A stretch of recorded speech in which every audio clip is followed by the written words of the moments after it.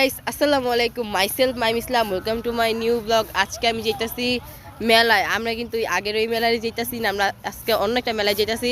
আমার সাথে যেতেছে লামিয়া, ঝিমি। আজকে হচ্ছে আমরা মেনলি যাইতেছি ঝিমিরে কিছু ক্লিপ কিনা দেওয়ার জন্য।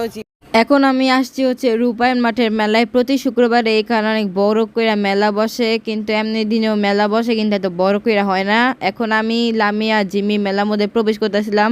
এটা কোনো প্রবেশ কোনো গেট নাই, এমনি খালি একটা মাঠের মধ্যে অনেকগুলা দোকান নিয়ে এখানে বসে থাকে। দেখতে পাচ্ছেন শুক্রবার হলে এত এখানে মানুষ আসে, মানে মানুষের জায়গা পরে গিজ গিজ করতেছিল মানুষের জন্য।